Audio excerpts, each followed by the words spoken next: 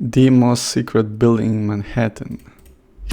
Oh, shit. This is 33 Thomas Street, right in the heart of Manhattan. A towering, windowless monolith, pitch black at night.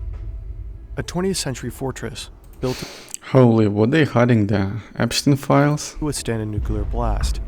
A skyscraper to What? be inhabited by machines. Behind its walls lies a secret mass surveillance center. It's believed to be one of the NSA's most critical spy hubs on US soil. It's a key location for some of the agency's biggest operations. Is this like a part of Here, the agency has been spying on the entire world. Eisenhower For project? whatever decades, that thing its true called? purpose was hidden, until two whistleblowers pulled back the curtain. Manhattan We project? got up close to this mysterious structure and couldn't resist trying to sneak inside. The security guard is still there. She has not moved. This is the insane story of the NSA spy scraper.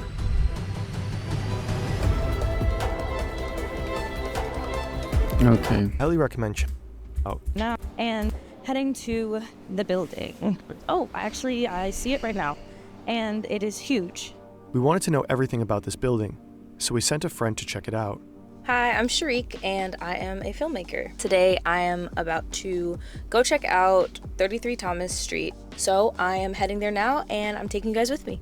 Sharik is probably on some list now, so show her some love in the comments. Do you know what's in this building? I'm No like, idea. you don't? Okay. Oh, you know, I've always thought about this building. There's no windows, there's only like vents. I don't know what it is. It's kind of strange. I have no clue. Some people think it might be the NSA, like on one of like the biggest surveillance hubs. Yeah, it probably is. 33 Thomas Street is unlike any other building in Manhattan. The skyscraper is located here, in the Tribeca area. It was built in 1969 and completed in 1974. While it's not as tall as many of the other towers around, it still stands out. The building is about 170 meters tall, with 29 floors above the ground, plus 3 underground levels. There's a strange beauty to its design, fascinating enough that it draws you in, yet so intimidating it makes you uncomfortable. When you stand before it, one thing immediately stands out. It is entirely windowless. This building literally has no windows. Like, it's very odd. Also, there's just really not a lot of people on this street, like, at all. Peeking inside is almost impossible. On levels 10 and 29, there are several large openings, massive air vents that hint at what might be going on inside. 33 Thomas Street is often described as one of the most secure buildings in the US. The facade is sealed with flame-treated Swedish granite, a material known for its exceptional durability and resistance. In the event of a disaster, the building can operate entirely off-grid for 2 weeks. Holy. Almost 1 million liters of fuel are on hand to power backup generators. Food and water reserves are stocked to sustain 1,500 people. It's also equipped with its own wastewater systems and decontamination showers. If an atomic blast would hit New York City without destroying the building, the inside would be shielded from the nuclear fallout. 33 Thomas Street truly is a 20th century fortress. John Carl Warnock, the architect behind it, was best known for designing bold, unconventional buildings in the 60s and 70s. This is what his other buildings look like. The style is called brutalism, a design philosophy centered on raw materials, stark geometric shapes, and It looks function. like a Soviet Brutalism style. emerged after World War II, driven by the need for affordable, practical structures.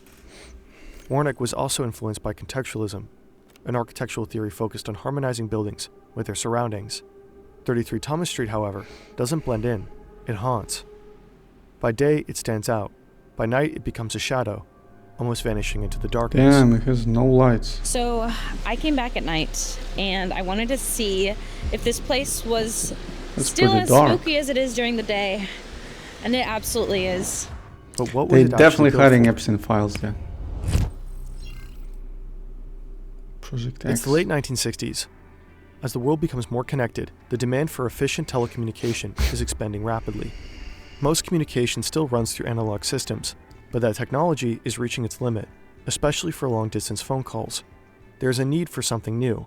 Time to escape old physical boundaries and technological limitations. Kind of, like working remotely.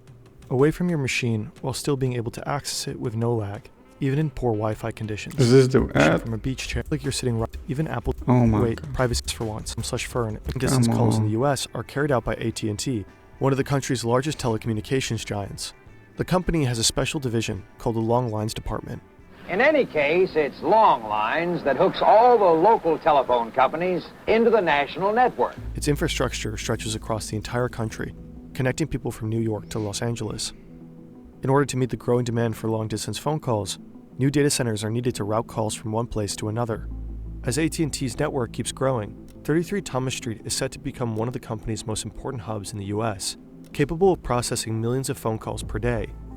Over time, the building becomes part of the Long Lines department, earning its other nickname, the Long Lines Building. In some of Warnick's original design documents, the building is simply referred to as Project X, a visionary monument with modern capabilities, with architecture that perfectly serves the needs of machines.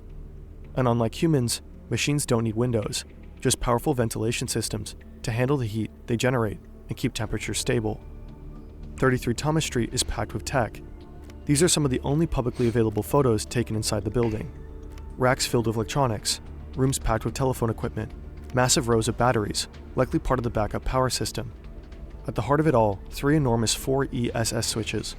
Each switch is made up of multiple individual machines. Holy. At the time, they are the largest high-capacity digital switches ever built, and the first system to route phone calls digitally. This is how they work. Imagine you live in New York and you want to call your niece in California. When you pick up the phone and dial her number, your local phone system routes the call to a central hub, in this case, 33 Thomas Street. Inside, your voice is digitized and passed through a switch that sends the calls to its destination. The 4ESS switching machines are smart. They automatically select the best path to route your call across the network, a major innovation back then. Now the backbone takes over. Microwave relay towers transmit the signal from one to the next, spaced roughly 30 miles apart. Your call hops from tower to tower until it reaches another hub, with the same type of switch in California. What's the latency? At the end of the line, your niece picks up, and just like that, you're connected. Or a Over delay. time, the relay towers vanished.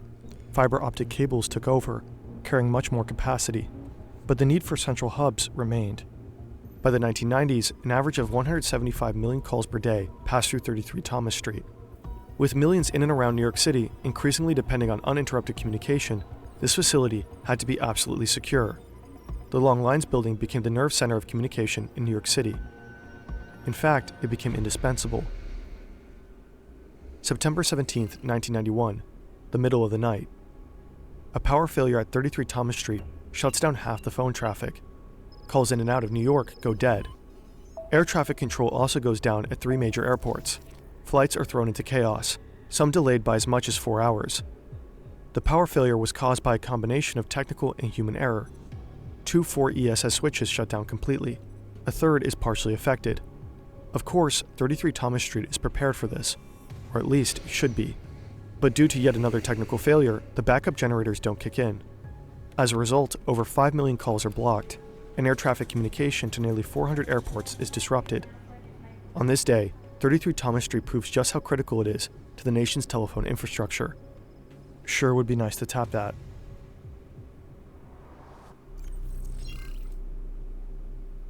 9/11 changes the US forever.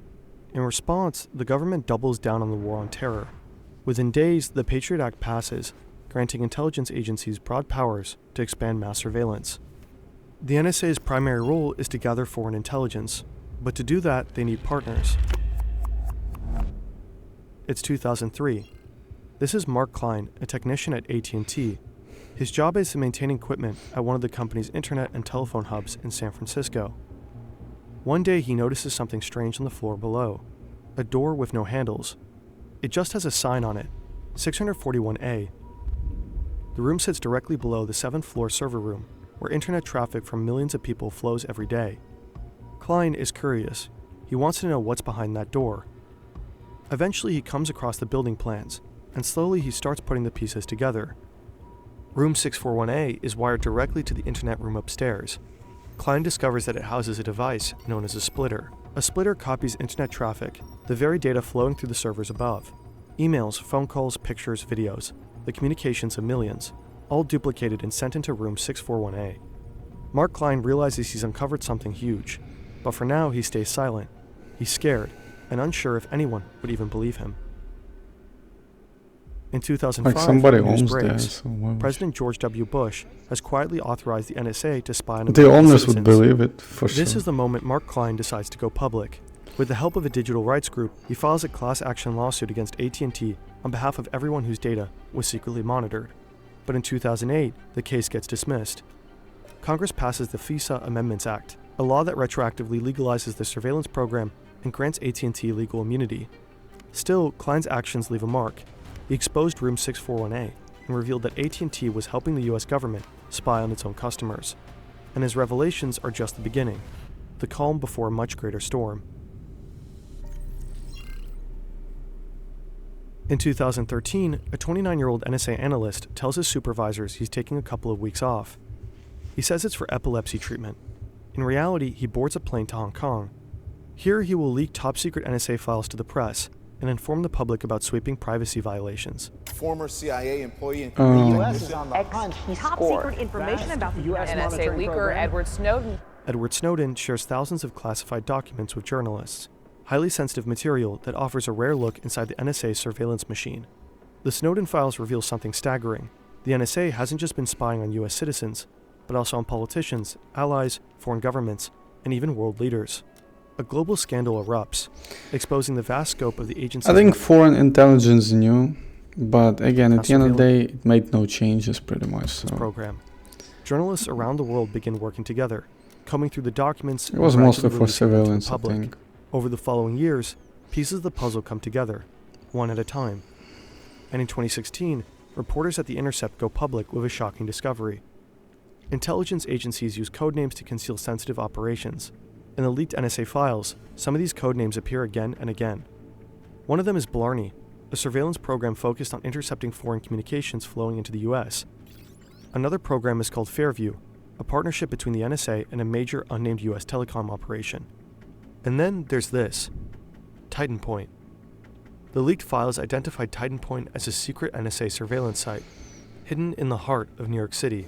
Titan Point appears to house highly specialized technology, including so-called foreign gateway switches, with Rimrock access. Rimrock is code for 4 ESS switches. And then there's Lithium. According to the files, Lithium is a partner responsible for supervising Titan Point. Earlier reporting had already revealed what Lithium really stands for, AT&T, the owner of 33 Thomas Street. Journalists at The Intercept start connecting the dots, and they conclude that Titan Point is a codename for the Long Lines building. Their investigation reveals that NSA has been using 33 Thomas Street as a major mass surveillance site. The building even shows up in a leaked travel guide meant for NSA agents. They're told to prepare cover stories for both family members and co-workers. Agents must also use a cover vehicle provided by the agency when visiting a site like 33 Thomas Street. According to the handbook, the NSA works closely with the FBI, which handles security at Titan Point. Conveniently, the FBI has offices right next to the skyscraper. So here is 33 Thomas Street, and there is the FBI building. The guide also describes how to enter the building. You literally just ring the buzzer. This is an intercom here, and it's locked. And I was told I could not, and I cannot take any videos from the front. Sharik actually caught someone leaving the building. Hi. Can I ask you a quick question just for 1 minute? This is the first time I've ever been in this building. There's actually not supposed to be people in here. I just went inside and that was like the first thing I noticed. I was like, where's natural light? I don't, people may know it's my voice, but I'll just say this much. I think there's only a few people in there and it was pretty much empty. Probably just a random person, or an NSA agent with their cover story on lock. We will never know. Just a What random exactly person, sure. is the NSA doing here? According to The Intercept, there's a hidden room inside 33 Thomas Street, one that closely resembles Room 641A. In the Snowden leaks, it's referred to as a Sensitive Compartmented Information Facility, or SCIF for short. This room enables the NSA to tap into virtually all communications passing through the building. First, there are the 4 ESS switches inside the building, the routers that process millions of phone calls each day. Then, if you look at the rooftop of the building, you'll see massive satellite dishes. It's the only location in New York City where AT&T holds an official license for satellite earth stations. These dishes are likely part of Skid Row, a surveillance system designed to intercept internet data passing between satellites. They most likely capture video calls and video conferences. All intercepted data is funneled through an AT&T interface, then sent directly to NSA headquarters in Maryland. The NSA can then access it through a system called XKey Score. I can see who you talked to. I can see who your friends on Facebook are. I can see the text messages you sent. I can read the emails you wrote. The NSA has developed its own search engine, Yeah. a kind of Google for spies. X-Keyscore lets NSA agents dig deep into anyone's life. Every bit of data captured from 33 Thomas Street and other hubs is at their fingertips, ready to be searched and analyzed. Let's say I want to read John Key's email. I enter his email address, and it sends that search to every one of these sensor networks around the world. And they search their local database of metadata and content, the content of all communications that pass through these sites. AT&T cooperated with the NSA in many instances. Internal documents even praise the company for its extreme willingness to help with NSA's missions. In 2003, a secret court order allowed AT&T to help the NSA wiretap all internet communications from the United Nations headquarters in New York. To this day, AT&T never publicly acknowledged its cooperation with the NSA, or what happens inside 33 Thomas Street. I'm still very curious what it will be like to go close, but the security guard is still there. She Pretty has much not everything moved is classified. at all. We reached out to AT&T for comment, but received no response. A 2018 report by The Really? Intercept suggests that there are at least 8 other sites across the US, operated by AT&T, that the NSA may be using for surveillance. Chicago, Los Angeles, San Francisco, Seattle, Washington, D.C., they all look alike. Strange, windowless buildings. Architecture, I mean, not that for one people, has but for the- machines. Machines hungry for the data of millions. To us, 33 Thomas Street, with its mysterious humming presence, remains the most interesting one of them all, and also the most terrifying. Spooky, spooky, spooky.